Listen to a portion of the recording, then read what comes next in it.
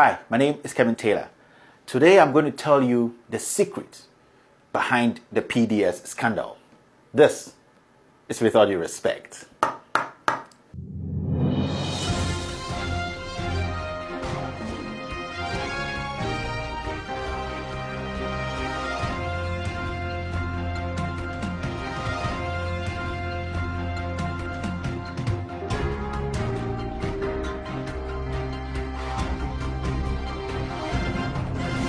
So, with all due respect, I'd like my fellow Ghanaians to understand that this PDS scandal is bigger than we think. Yes, it is bigger because the United States government is interested. It is bigger because a group of people in Ghana in politics, close relations, people who are greedy are involved in this. And that we have to go to the bottom of this, chase the last cent involved in this PDS scandal.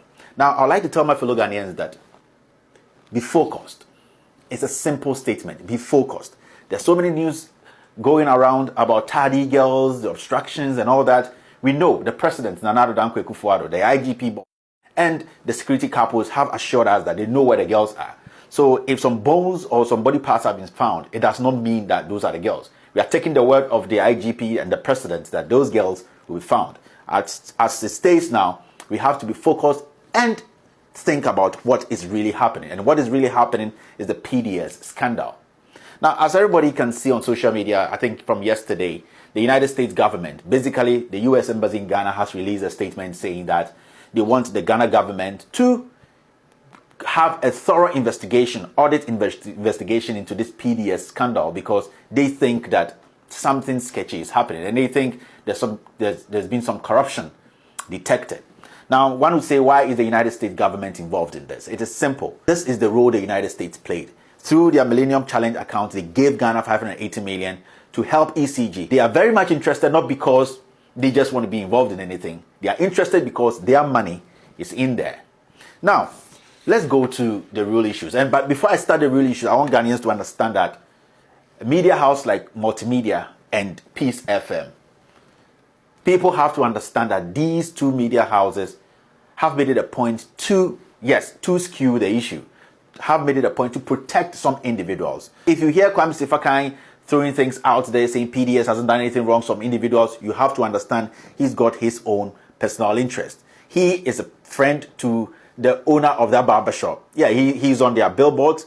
And when also you hear Multimedia making noise about having documents, about how some people are being framed, we need them to bring those documents out.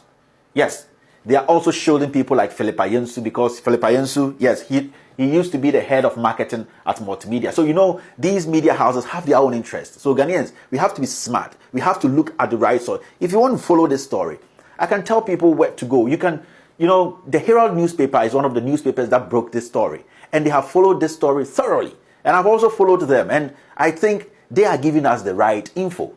So if you want the right info on this issue, this PDS scandal, you can start listening or reading the Herald newspaper and they will help you out. I've read it and I think it makes sense a lot. They actually started this investigation and we should applaud that newspaper for that. Now, just put this aside. What is PDS? Let's make this simple. PDS is a cluster of companies that was vetted by MEDA. MEDA is the Millennium Development Authority. They vetted a few companies, and after they vetted these companies, they got 5 companies they put together. When they put these 5 companies together, they call them PDS. That's the Power Distribution Service. Simple. Don't make it so complicated. Now, in these 5 companies which were chosen, 2 were foreign companies. One of them was a Filipino company, and one was is a company people said is from Angola.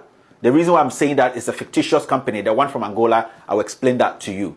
But before that, let me tell you the 5 companies which were selected and put together as PDS. The first one was Manila Electric. We have Energia SA. Remember this name, Energia SA. It is supposed to be coming from Angola. We have Santa Baron Ventures. It's a Ghanaian company. We have TG Energy Solution and TGS Energy, the same. TBK Ghana Limited. So these are the 5 companies that were put together or as a consortium that could work as PDS. Now I'm going to tell you the names or characters who actually played vital role in PDS. Names and characters who are actually involved in this PDS scandal. I'm going to list their names. I'm going to tell you and show you their pictures. And then later I'll give a profile of these people, because we need to build a story here. We need to let Ghanaians understand what this PDS scandal is about.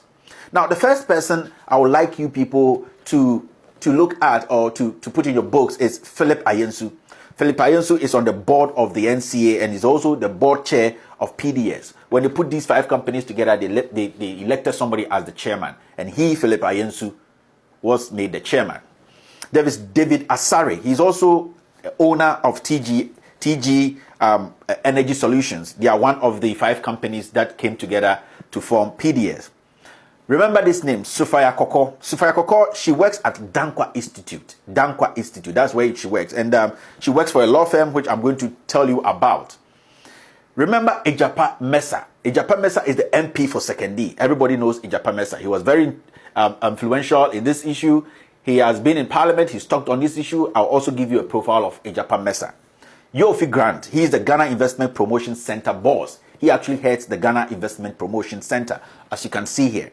There's Kelly Kajepo. He's the board chairman of the Electricity Company of Ghana, ECG. Kelly Kajepo. He is the board chairman of ECG. Then Ken Ofori-Atta, the current finance minister of Ghana, and also he is the co-founder of Enterprise Group.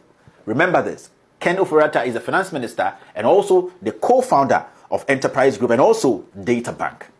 Then there's Akufo-Addo. He came into the picture later, but his impact has really turned the tables. Akufo-Addo works at the law firm of the president, Nana Addo Dankwa Akufo-Addo. You remember this guy was considered to be, the president was considering him as the special prosecutor, but later the parrot, Martin Amidu, was made the special prosecutor. So Akufo-Addo too is another character in this PDS scandal you have to look out for. Then there's Martin Ison Benjamin. This Martin Ison Benjamin is the boss of MEDA. Now, what is MEDA? MEDA is the Millennium Development Authority. The Millennium Development Authority basically did everything. They were the ones who vetted these 5 companies and actually were satisfied with all the documents they put in front of them. The financial documents, the technical know-how, the detail, everything. So this guy was the head of MEDA, and they were the guys who told government, we are satisfied with these 5 companies and that we can put them together as PDS and they can go ahead and do their job, collect electricity bills, and make sure the maintenance and everything is. So this guy basically is the man who was behind PDS. He and his outfit gave Ghanaians PDS because they said they have done a thorough job, due diligence on PDS, meaning all the 5 companies. Remember this name, Martin Ison Benjamin. Now let's move on. We are going to talk about the political connections. And the political connections is about how these people are connected to each other and why they are on boards and why today there's a problem. Now let's start with TGS Engineering. It's one of the companies that was put together as PDS. It was registered by Ejapa Mesa for David Asare. I hope you remember David Asare. David Asare, he's the owner of TGS Energy Solutions.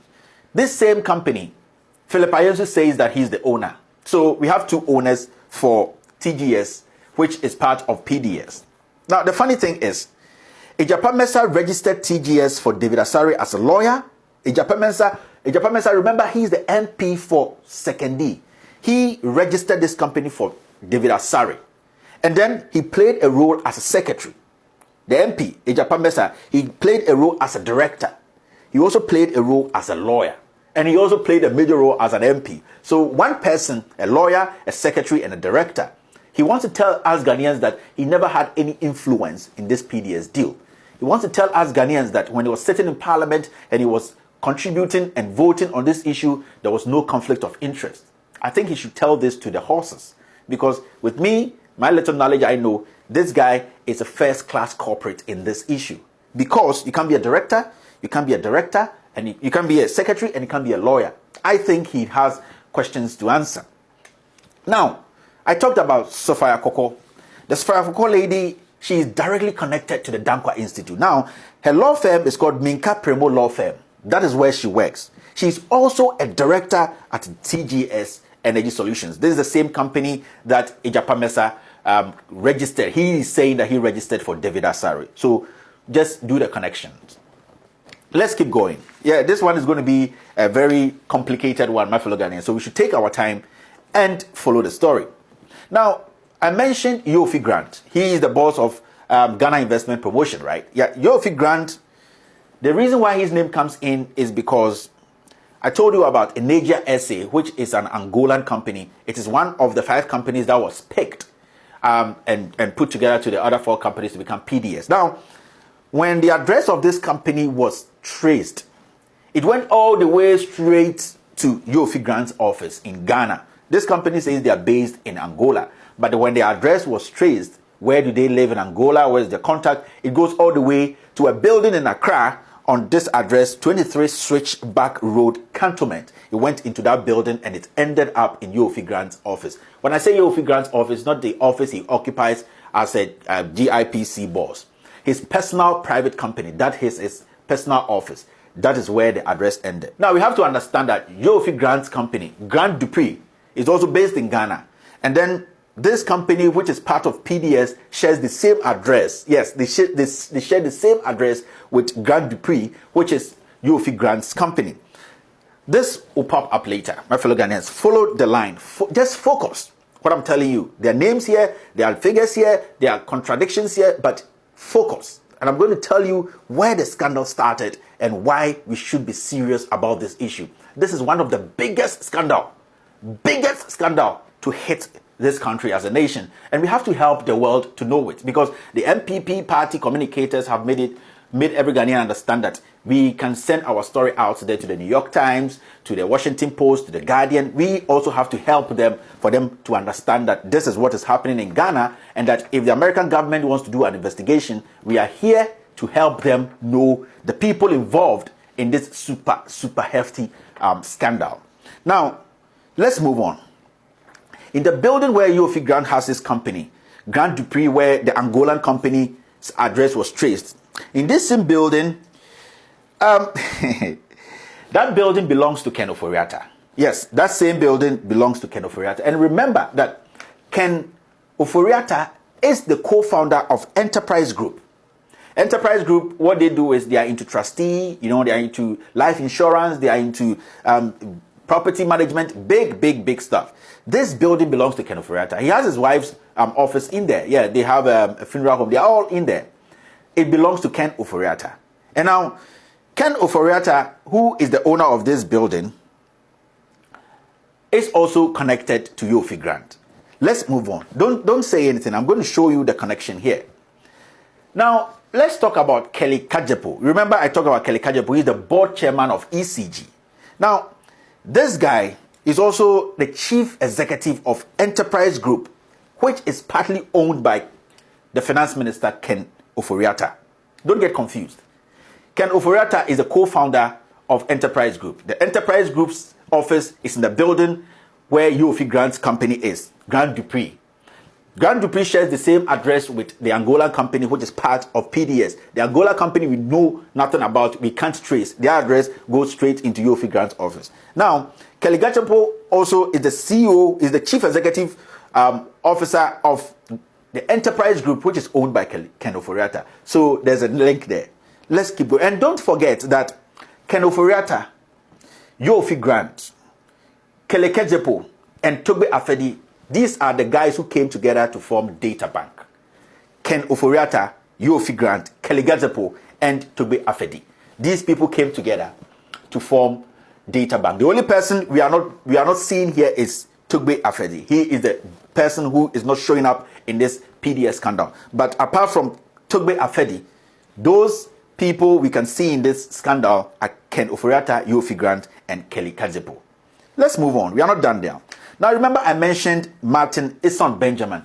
He is a crucial person in this scandal. The reason is this guy is the boss of MEDA, the Millennium Development Authority. They are the guys who at the end of the day cleared these 5 companies and said they have done due diligence. They know that these guys have the financial muscle. They have the technical know-how to take up this job. So this guy played a vital role in the beginning of this. This guy is a member of the board. He's on the board of Enterprise Group, which is partly owned by Ken Ofori-Atta. This guy is also on the board of Enterprise Group. So if you notice, Enterprise Group is like a hub. All these guys are around it, and that is where they feed. That is where they suck the blood. And that is the headquarters. And this enterprise group belongs to Ken Ofori-Atta, the finance minister. And you have to understand, this issue came about, this fracas and all that started when Ken Ofori-Atta got angry about something. We will get there, but I want people to understand. He is on the board of Enterprise Group. Yes, this company belongs to the Enterprise Group. I said partly belongs to Ken Ofori-Atta and Kelly Gajepo. I hope you remember Kelly Gajepo. He is the board chairman of the ECG. So Kelly Gajepo and Ken Ofori-Atta are behind Enterprise Group. After Parliament approved it in July, there was supposed to be some restructuring. That is what caused all this. The restructuring was that PDS wrote to MEDA and said that, you know what, we wanted to bring 3 companies on board to help us. That is part of the restructuring. Now, the reason why they wrote to MEDA was because they thought MEDA started this process. MEDA is the Millennium Development Authority headed by Martin Eson Benjamin. So they wrote to them, with all due respect, MEDA, we want to bring these companies on board. Ghana Infrastructure Investment, PBK World Plus Limited, Anthony Otin AJ Company, to come on board to help PDS. They did that because they know MEDA had the authority to do that. It was part of the restructuring. Now, some people in Parliament and government got angry. On the 27th of March, the finance minister, Ken Ofori-Atta, also decided to write a letter to MEDA to tell them that he's putting together a team, a committee, which is going to be headed by Akoto-Ampao, lawyer Akoto-Ampao, who works at the law firm of the sitting president, Nana Addo Dankwa Akufo-Addo. He wants that guy to take over that committee and make those restructuring possible. Now, this is where the resistance started. This is the beginning of the end for this PDS scandal. My fellow Ghanaians, this is just the beginning. In the next episode, I'll be telling you what caused all this leakage in this PDS scandal. But before I leave, I have some few questions to ask these people involved in this scandal. My first question goes to the boss of MEDA, yes, Martin Eson Benson. I would like to ask him, how did they select these companies?